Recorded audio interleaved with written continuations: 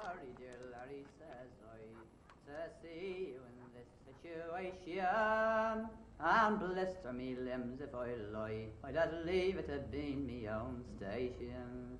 It's all over with me, says he, for the neckcloth I'm forced to put on, and this time tomorrow you'll see your poor Larry as dead as a mutton, because why his courage was good. And I'll be cut up like a pie, and me knob from me body be parted. Ah, you're in the wrong box, and says I, for blast me if they're so hard-hearted.